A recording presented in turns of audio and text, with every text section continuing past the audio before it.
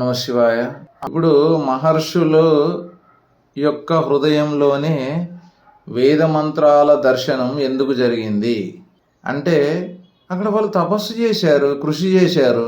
పరమాత్మ అందుకే వారి యొక్క హృదయంలో వేద మంత్రాలను దర్శింపజేశారు సనాతన మహర్షుల హృదయాల్లో.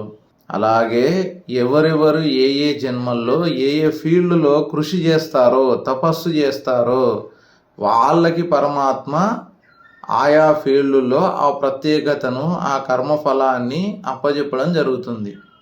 ఎందుకంటే భగవంతుడు కర్మఫల ప్రదాత కాబట్టి. ఎవరికి భగవంతుడు ఏ ప్రత్యేక స్థానము ఇవ్వడు.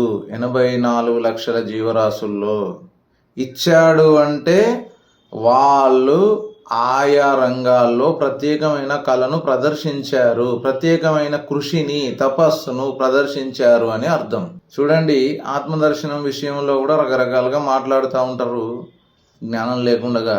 ఒక సత్యం ఏంటంటే, నేను పరమాత్మను దర్శించాను అని రామకృష్ణ పరమహంస వారు, రమణ మహర్షి, మంత్రాలయ రాఘవేంద్ర స్వామి, ఇట్లా ఎందరో సిద్ధపురుషులు వాళ్ళు చెప్పుకున్నారు. ఆనందంగా వారి యొక్క అనుభూతిని కూడా వర్ణించడం జరిగింది. అలాగే జగద్గురు శ్రీ రమణానంద మహారాజ్ వారు కూడా ఎన్నో ఆత్మసాక్షాత్కార వేడుకల్లో వారి యొక్క అనుభూతిని వర్ణించి చెప్పడం జరిగింది. ఇప్పుడు భవానీ మాతాజీ వారు, శివాని మాతాజీ వారు కూడా ఆత్మసాక్షాత్కారం పొంది సంవత్సరం కావస్తుంది.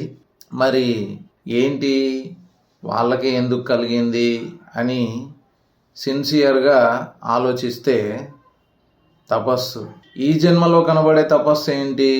వాళ్ళకి ఊహ తెలిసిన దగ్గర నుంచి జగద్గురు శ్రీ రమణానంద మహర్షి వారు అనేకమైనటువంటి దైవ కార్యాల్లో వాళ్ళను ఉంచి వాళ్ళతో చేపియడం జరుగుతుంది. పూజలవని, హారతులవని, భజనలవని, తర్వాత ప్రతిష్టలవని, చైల్డ్హుడ్ నుంచే అనేక రకాలుగా వేదమంత్రోచ్చారణలవని వారితో ఉండి గత 20-25 సంవత్సరాల పైబడి చేసుకుంటూ వస్తూనే ఉన్నారు.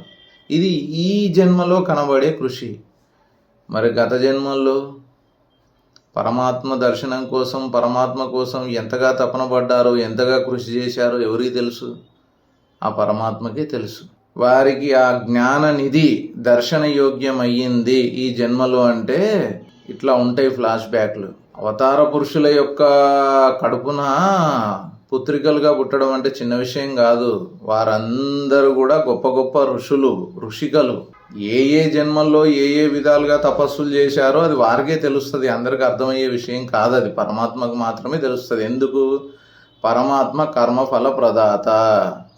శివాజ్ఞ లేనిదే చీమైనా కుట్టదు అనేటటువంటి మన పెద్దల నానుడి ప్రకారం ఆలోచించిన ఇదే సత్యం.